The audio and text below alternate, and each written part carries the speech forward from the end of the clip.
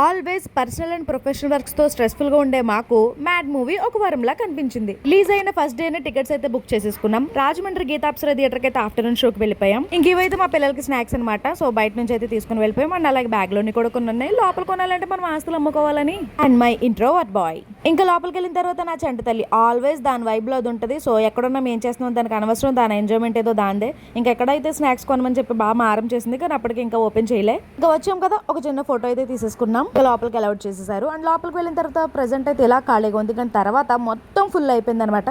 So మనం mad 1 చూసి వచ్చాము అంటే మాత్రం ఆ రేంజ్ ఎక్స్పెక్టేషన్స్ అయితే కాదు, కానీ బట్ మూవీ అయితే బాగుంది. అండ్ వీకెండ్ అని ఫ్యామిలీతో ఫ్రెండ్స్తో ఎంజాయ్ చేయాలంటే జస్ట్ మూవీకి వస్తాం, మూవీ చూసి ఫుల్గా నవ్వుకుంటాం, ఎంజాయ్ చేస్తాం, వెళ్ళిపోతాం.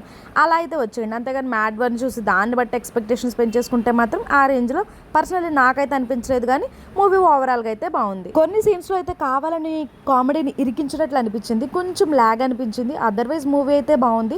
సో వచ్చి ఎంజాయ్ చేసేయండి మ్యాడ్ స్క్వేర్ని.